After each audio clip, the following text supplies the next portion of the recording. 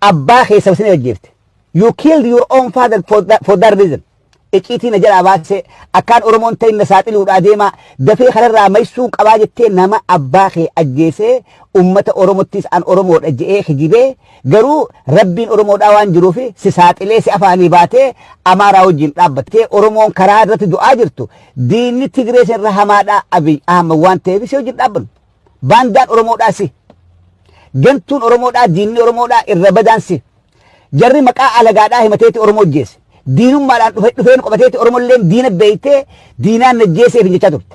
Ati garuu guyyaa abbaa isaa ajjeesee taaziyaa hiriiree ofiitee hojjetaatulleedha lakkii tattaadha isaa jecha taaziyaan dhaqinaadha.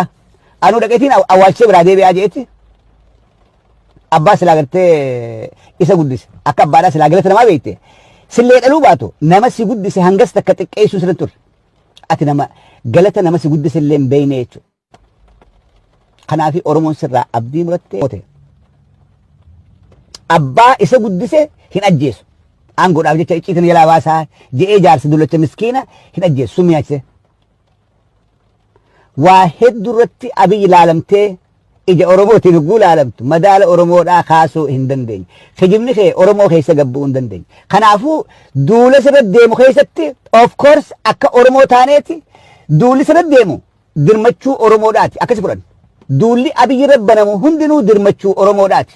Abiyyiin kaansarii qabsoo Oromoodhaa waan ta'eef humniti sheexaanileen dhufee Abiyyi dha'u dirmachuu teenyaa fayyaadaadhaa yaa boodhaa waa itti fufaa gakkaaya balleessaa jenna malee Abiyyiin nama keenyaa lakkee Oromoodhaa obboleeyyanii yaa Oromoo gowwaan teena yaa Oromootti yaada gowwaan teena Oromoodhaa miti Abiyyi. Warreen Abiyyi Oromootee shakkii qabaattan warreen gurbaan kun Oromoodhaa lakkii wajjumaan dalaynaa jettanii yaaddan. Jecha abbaan isaa jee qofa yaadadha.